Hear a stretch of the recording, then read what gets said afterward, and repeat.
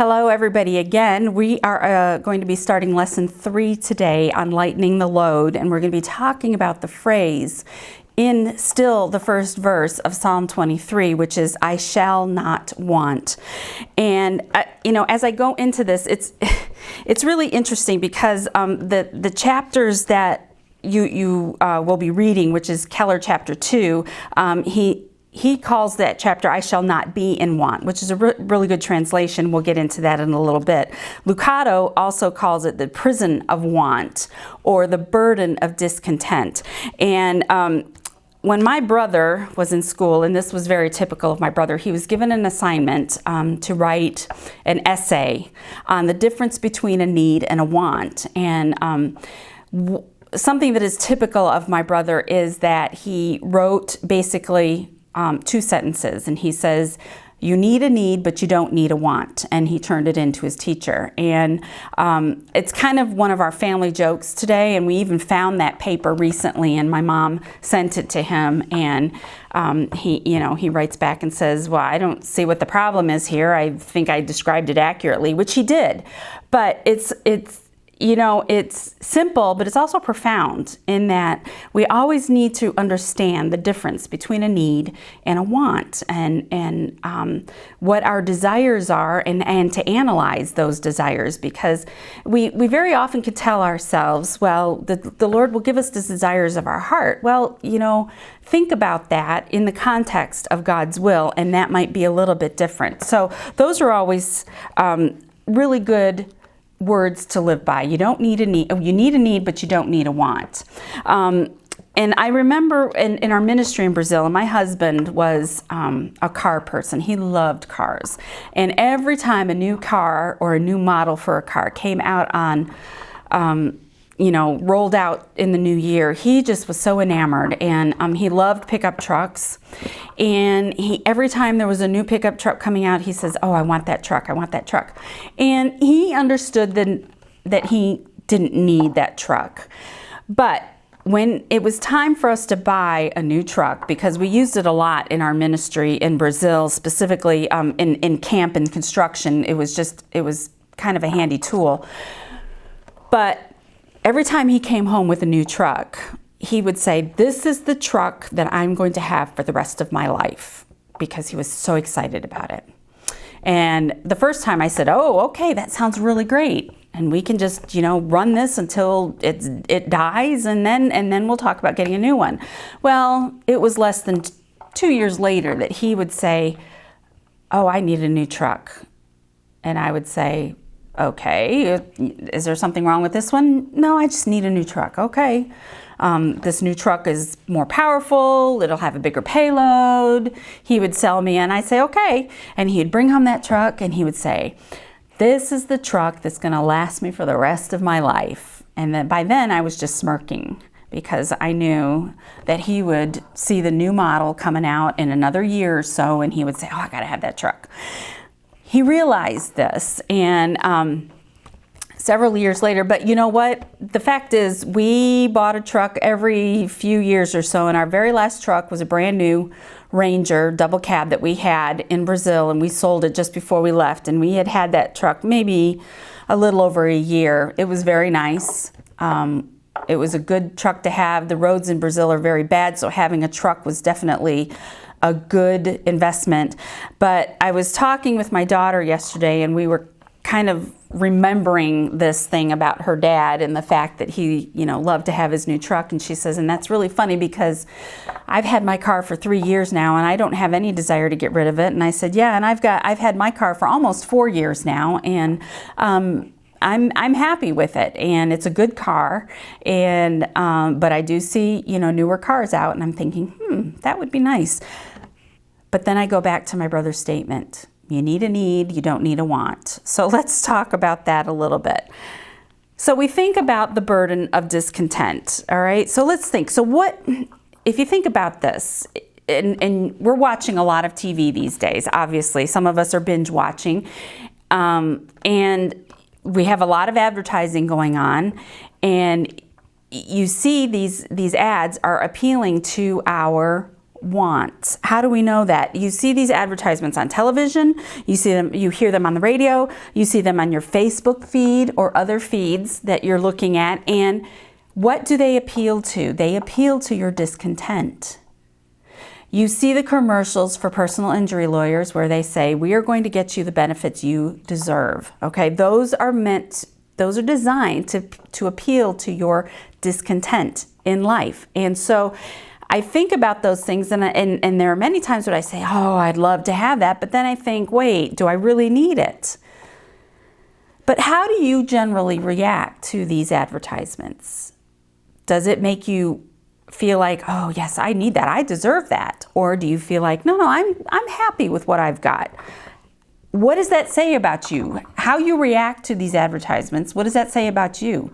Does it make you a person of discontent, or are you happy with what you have? You know, it's really hard to say, because the fact is our circumstances right now can breed a lot of discontent. And the fact is we have to focus on beyond what our circumstances are right now and realize that this is a small part in the grand scheme of life. And this will be over at some point. We're not sure when, but it will be over. And then we think, okay, and I'll just be happy then when we can get out of quarantine. Well, will you? Because something else will come up. And so we have to constantly be checking ourselves for discontent. So when in the Bible, in that first verse where it says, the Lord is my shepherd, I shall not want, which is what it's translated in most translations. What does that really mean? So I did a Google search on the definition of want, and I found two. Number one is a lack or a deficiency of something, or number two, a desire for something. So really what we're thinking of in terms of this particular verse is the first definition. It is a lack or deficiency of something. That is what want is. I think a better translation is actually how this verse was translated in the New International Version, which is, the Lord is my shepherd, I lack nothing. And I think that sums it up, because in the last lesson we talked about the Lord being our shepherd. He owns us. He cares for us. We have a deep, intimate relationship with Him. And because of that, I don't need anything, or I lack nothing. I shall not want. Now, Keller made an interesting statement when he asked the question, how can David say this when he experienced poverty, anxiety, and threats against his life? Because he was utterly contented in the Good Shepherd's care and consequently not craving or desiring anything more. And so we have to ask ourselves, are we content in the Shepherd's care? So much so that we don't need or we don't desire anything else for ourselves. Well, in order to understand this a little bit better, we need to understand the shepherd. And the shepherd is the master in people's lives who make the difference in their destiny. And so really, our discontent breeds on being dissatisfied with the master. Because no matter how you look at it, in your life, you have a master.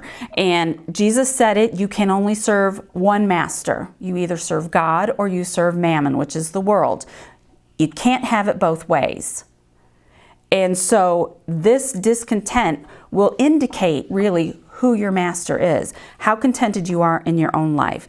So Keller was talking about two different types of shepherds. He kind of compared himself to, he was a shepherd. He compared himself to his neighbor, who was also a shepherd, and he really was an indifferent shepherd. He did not care well for his sheep. His sheep were always hungry. His sheep were always skinny. His sheep were diseased. They were not well taken care of. So what are the characteristics of the indifferent shepherd? The indifferent shepherd puts his own interests first. So when it comes feeding time, he'll feed himself first before he takes his sheep out to pasture. He leaves his sheep to fend for themselves. We talked about how defenseless sheep are. They have no survival instinct. You cannot do this with sheep. He doesn't care about the flock's safety or well-being. He leaves his sheep open to predators. One of the shepherd's main functions is to keep the sheep from being attacked by wolves, by lions. We know of David's when he was in front of Saul, getting prepared to battle Goliath. He said, "I killed a bear, I killed a lion." Okay, this was a shepherd's function. He was to keep his sheep away or safe from predators. So who is your shepherd? Is he that indifferent person, or is he the good shepherd? The good shepherd works tirelessly. He wakes up early. He goes to bed late. He is caring constantly and all day long, well into the night, for his sheep. When the angels came to announce the birth of Jesus, where were the shepherds? They were with their flocks at night. Why? Because they were keeping them safe from predators. He's always alert. When he is sleeping, he's sleeping with one eye open. He is always thinking about and keeping his ears open and his eyes half open, we could say metaphorically, looking for those predators who might be coming to take those sheep away. So he is, even though he's sleeping, he's conscious of the noises and things that are going on around him. He knows each sheep. He inspects each one to see if they have any insects, to see if they have any sickness, to see if they're needing something. And he can tell the strong sheep from the weak ones and which ones need more care than others. So here we have a comparison between two shepherds. Which one is your master, the indifferent shepherd or the good shepherd? You have to think about that. If you know Jesus is your Savior, then you have the good shepherd in your life, and he is the master that will take care of you. He has promised to do so, and you need to live by that promise. So then we want to look at the sheep, and the sheep is the one, there are always those who want the best of both worlds. And he talked about the fence crawlers, Keller did, or Mrs. Gadabout was one particular sheep that he had. And if you didn't read the chapter, you need to read it because it really describes well how we can be discontented with this world. Who are these fence crawlers? They're the ones that are looking over the fence, looking for something better beyond what they already have. And when he talks about Mrs. Gadabout, Mrs. Gadabout was that she was in a superior field. She had the best, sweetest grass to munch on, but she was always wanting to get to the other side of the fence, and the other side of the fence had inferior fields. The grass was not nearly as good. There were bare patches. Why she would want to be there over there, he had no idea, but she just was not satisfied she was within these boundaries, and she didn't like having boundaries. She didn't understand that she already had what was best. And those people who are discontent really don't understand that. Don't understand that what you have already is what's best for you. It's hard to understand. It's hard to understand when you have sick and loved ones, dying loved ones. It's hard to understand that we do have what's best. I know that. I've lived it. So I can say that with confidence. And it is. But we do because we have the good shepherd. But the worst characteristic that this sheep had, the discontented sheep, Mrs. Gadabout, was the fact that she was influencing others. And many times she was not only bringing her lambs over into the other field, but she was also influencing the other sheep, and they were following her into the other fields. And so at one point, he actually had to take the killing knife. Even though she was one of the best sheep that he had ever had, her lambs were really very strong and very healthy. But the fact that she was influencing others into disobedience made it necessary for him to kill her, and he did. And that stopped the other sheep from wanting to go into the other field. And so that's a really hard lesson for me to think about, that I can be so discontented that God actually has to deal severely with me and to possibly even cut me off because of the influence it can have on other people. That's a sobering thought. But think about the contented sheep, those that weren't influenced by Mrs. Gadabout, those that aren't influenced by the fence crawlers. Okay, she understands that she is under the shepherd's protection. She's content in the shepherd's care. It's okay with her to stay in the field that he has chosen for her. She's secure in the shepherd's care. She's secure that she knows that the shepherd will take care of her. And she doesn't feel like she needs to go see what's on the other side of that fence. And, you know, the saying that the grass is always greener on the other side of the fence is not true. Very often it's not true. And so learning to live with that contentment is very hard, but it's also important to understand that what we have in our lives is enough for us. And, you know, you think of the rich young ruler who had everything but wouldn't give it up. You think about David the shepherd who knew poverty, who knew anxiety when he was being chased by Saul, and still he was contented in the shepherd's care. When we're faced with being quarantined at home and going crazy because we can't go anywhere, how content are we in the shepherd's care, knowing that he is caring for us? It's a question that we have to ask ourselves constantly. And so as we think about the shepherd and we think about the sheep, what do we need to do to battle this discontent? Well, Keller says contentment should be the hallmark of the man or woman who has put his or her affairs in the hands of God, leaving it to God to do. And you know, we say that, and it's one of those cliches that we can use it. We just give it to God and he will take care of it. Yes, he will. He will. But don't let it become just a cliche. Remember that there are reasons that we have to leave things in the Lord's hands. The first is we got to remember that our stuff that we have, it isn't ours. And Lucado says that very perfectly. He just says, your stuff isn't yours. Ecclesiastes 8:15 says, and I commend joy, for man has nothing better under the sun but to eat and drink and be joyful. For this will go with him in his toil through the days of his life that God has given him under the sun. The life under the sun is what we live here on earth.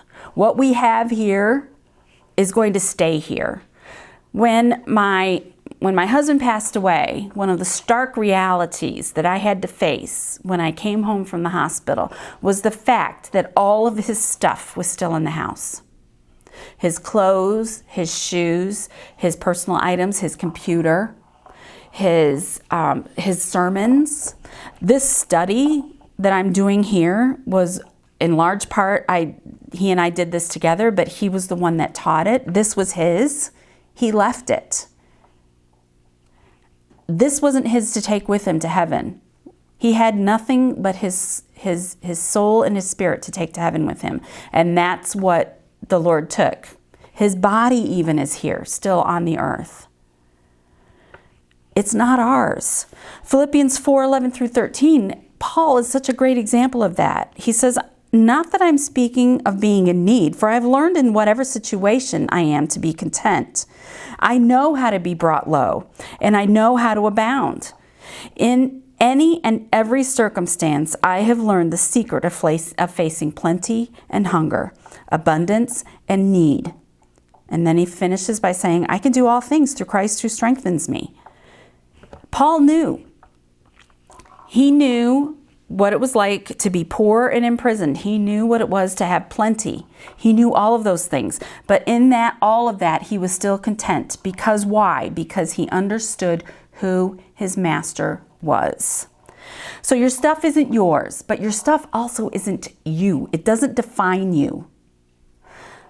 My husband's clothes are left over. They were not who he was. My husband's car was left over. It didn't define who he was. His sermons were left over. Yes, those kind of defined who he was, and we're using them. But he didn't take them with him. Your stuff isn't you. Do not be identified by what you have, your material possessions. Luke 12:15 says, and he said to them, take care and be on your guard against all covetousness, for one's life does not consist in the abundance of his possessions. What you have here, you can't take it with you. 1 Timothy 6 and 7, but godliness with contentment is great gain, for we brought nothing into the world and we cannot take anything out of the world. These are sobering thoughts, and these are things that we need to remember as we're battling our discontentment. Everything that we have here in this world is what we have under the sun. We cannot take it with us. What can you take with you? You take your soul and your spirit. That is what God is taking to Him when you pass from this world. So as we contemplate the shepherd and who the good shepherd is, what his characteristics are, when we contemplate the discontent that we have in our lives and the contented sheep, when we contemplate battling discontent, think about who our master is, because he is the one that makes the difference. Who is your master? Is it God or is it the world? And as we finish up today, I just want to leave you with one more quote that what Max Lucado says in his book to finish. He says, what you have in your shepherd is greater than what you don't have in life. So think about that this week.